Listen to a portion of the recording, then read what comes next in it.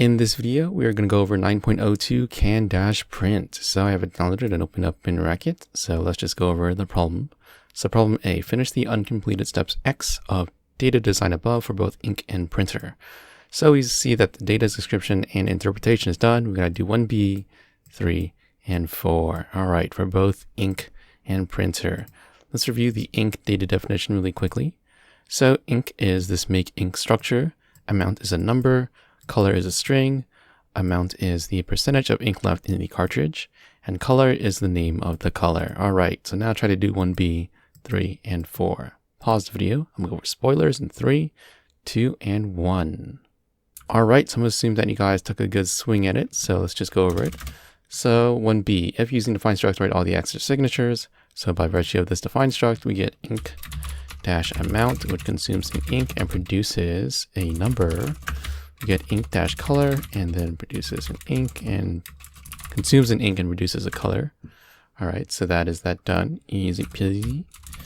No need to think too hard about that. Next are some data examples. All right, so for some examples, let's make some examples of some ink cartridges. So define, we'll say full black. Always good to make some descriptive names. Ink.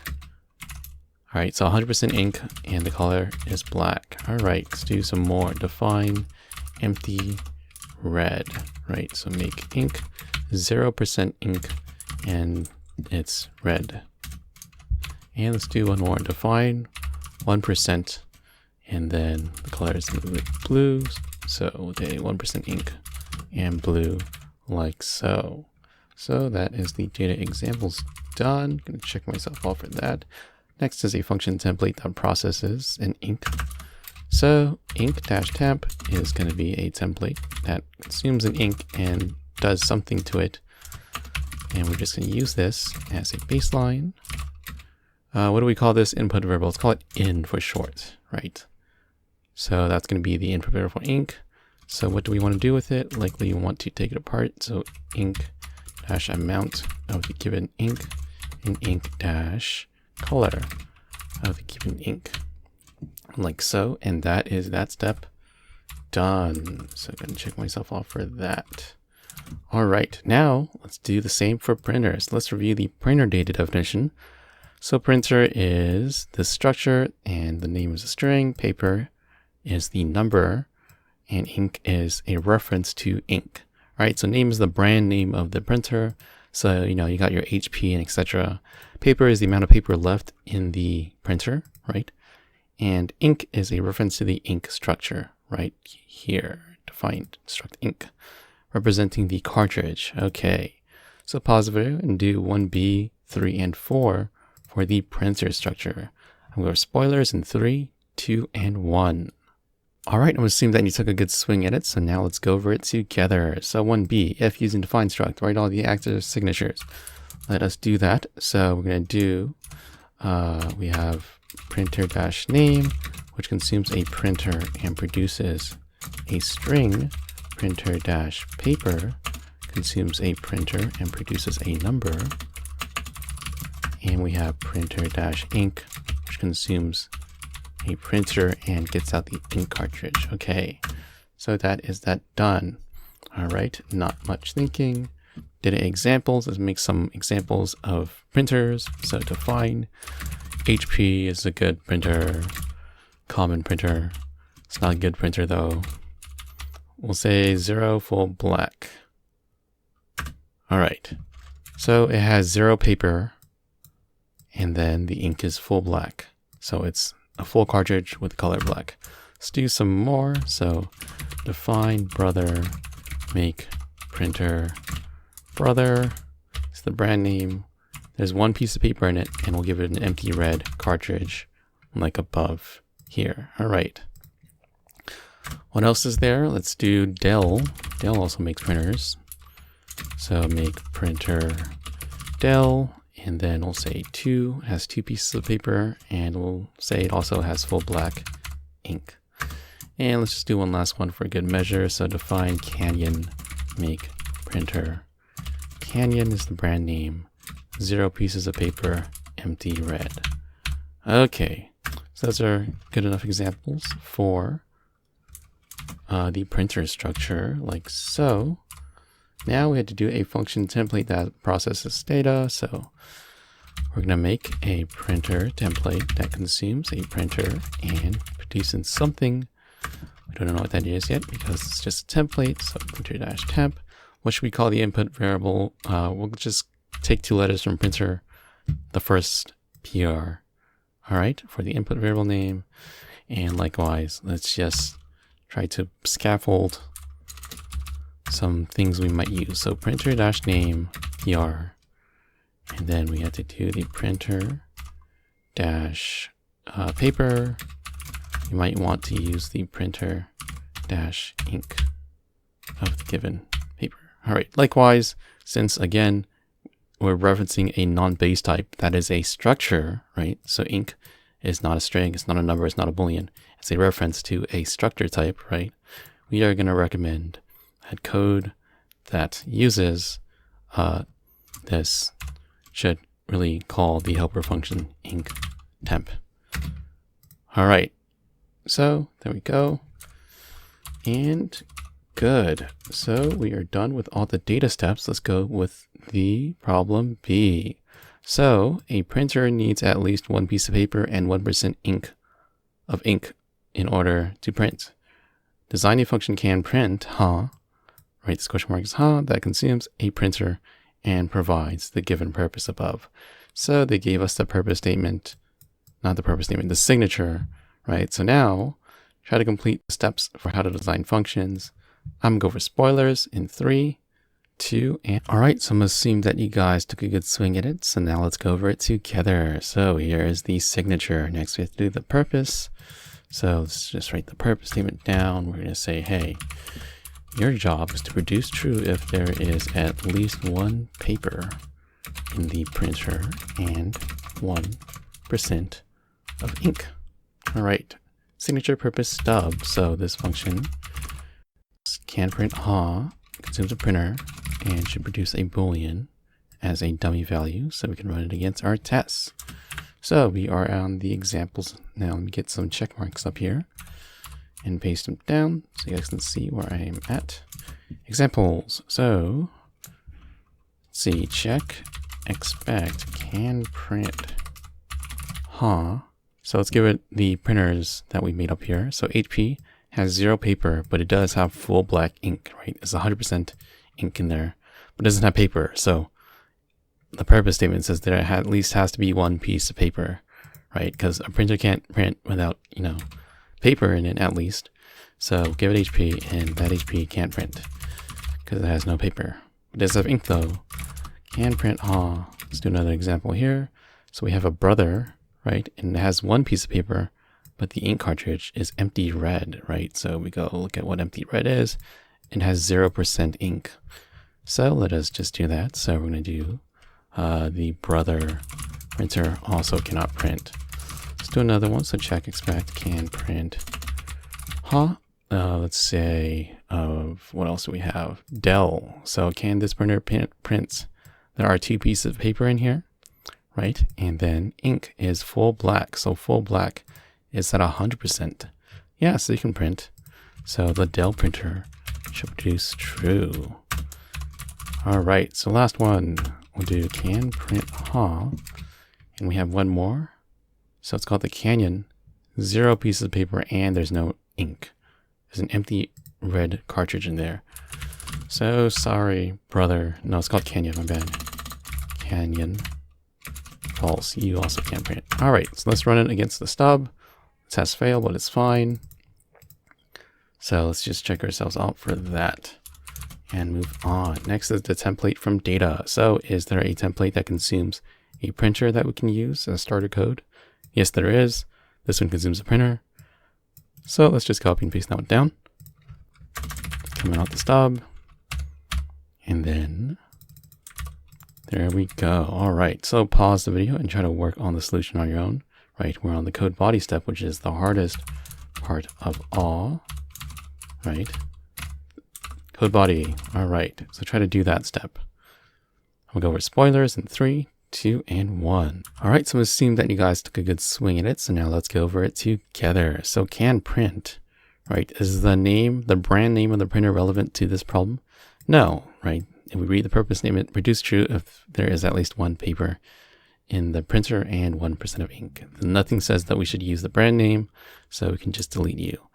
The paper and the ink is relevant. All right. So we read the problem statement, produce true if there is at least one paper in the printer and 1% ink. So we need to produce a Boolean, right?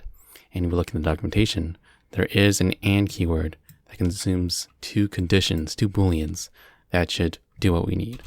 So likewise, we need an AND here, right? And so for this, printer dash paper. So this will get us the pieces of paper. How many paper is in the printer, right? So yes, 0, 1, and 2, and whatever else. So if that is at least 1, right? So we're going to say greater than 1. All right, so yes. Wait, it should be the way around. So if the paper is at least greater than or equal to 1, so if there is at least one paper in this printer, right, then it should print. We should be able to print. Next is this part, all right? So you have this ink temp, right? This is a template. It's not a real function yet. But what do we want, right? Well, if we read the purpose statement, produce true if there is at least one piece of paper in the printer and 1% of ink. So we can just sort of waterfall down this process and go has ink, as a wish list, right? We can pretend that this function exists, doesn't exist yet. If we run it, it's going to say, hey, has ink is not defined anywhere in this file, but it reads pretty nicely, right? Can print requires one piece of paper, and does this printer have ink? Well, we're going to get the cartridge out, and we're going to pass it to the has ink function that we are going to write now. So it has ink consumes, so printer-ink produces a cartridge, an ink cartridge, right? So printer-ink consumes a printer, spits out an ink cartridge. So we're going to do that. And what should this produce? Well, this should produce a Boolean because this AND takes two Booleans. All right, so pause the video and try to do this step, right, of how to design functions for has ink. I'm gonna go over spoilers in 3, 2, and 1. All right, so I'm assuming that you guys took a good swing at it. So now let's go over it together. So we have the signature purpose. We didn't write the purpose for this. So produce true if there is one or more in amount. 1% or more amount of ink. All right, that's better. Okay. So signature purpose stub. So define has ink consumes, what did I call the input variable for ink? It's called in. So let's just do that. In, we have to produce a Boolean, so we'll just spit out false as a good default. So I check myself done for that. Next are some examples. So check expect, let's say has ink, and we made some ink cartridges above, right? So let's scroll up here and just use them. Full black, there's 100% ink here and the color is black. The color really doesn't matter, but we just care about the amount. So we'll say full black, and there is inking in here, right? Let's do another one, check expect, has ink, and because we named our variables pretty descriptive, it reads pretty nicely, right? So empty red, right, has 0% ink in the amount. Empty red, false, and then let's do one more. Check expect for good measure. What is it? 1% blue. All right, there's 1% blue ink here. So 1% blue. There it is in the autocomplete. So this should produce true because the printer should be able to print on 1% of ink. We should at least try. Anyways, that's enough examples. Run against the stub. We get some failing tests here, right? But it's fine. So let's just comment this out and mark ourselves done for that. Examples now is the template from data, right, for this ink. Is there a template we can use that consumes an ink? And yes, there is. So let's just use this to kickstart our code like so. has ink, like so, and good. So that is the template done. Next, let's code the body. So pause the view and now really try to work on this code body. Should be all the mental scaffolding needed, hopefully. And use there is a hint button on the website if you need. I'm gonna go with spoilers in 3, 2, and 1. All right, so I'm assuming that you guys took a good swing at it. So the amount and color. So color is not relevant to this problem, right? This purpose statement. Produce true, there's only 1% of ink. All right. So let's see, what we need is the ink amount. So we have that, and we're going to say, hey, if there is 1% or more, right, like so, then we'll produce true. And now all the tests should pass. So that is the code body done. If I run this, we don't get a pop-up, and all 7 tests pass. So we can check ourselves done for the code body for all of these. Now test review and refactor, and you can press Ctrl-I to reindent. So do that, Ctrl-S to save, and it looks like we are all good. So let's do the inline version of CanPrint, just so I can show you guys the difference of why we are using the template. So here's CanPrint. This is the inline version, and it is pretty much this exact same thing, except for this template where we pass it and call another function, right? We're just going to get the ink amount here, and then we're going to compare it to, let's say, what was it? Let's greater than or equal to 1. All right, so this is also a valid solution. If we comment this one out and just run this, it should also pass all the tests. Let me see, ink amount. Okay, so I have this way out here. I think it's not nested in there. That's also kind of why we have you pass it on to a helper function, right? Because it's more nesting, and also this reads more nicer, right? Can we print? Well, if it has one paper and ink, then we can print. This one is, a little bit more verbose, right? And as future problems get harder, it's going to get easier to think of problems segmented into functions like this. But this should pass all the same tests nonetheless. Anyways, going to comment and revert back to my old solution. All right. I'm going to delete this and now hand it in to hand in. So let's select the right slot. It's 9.02.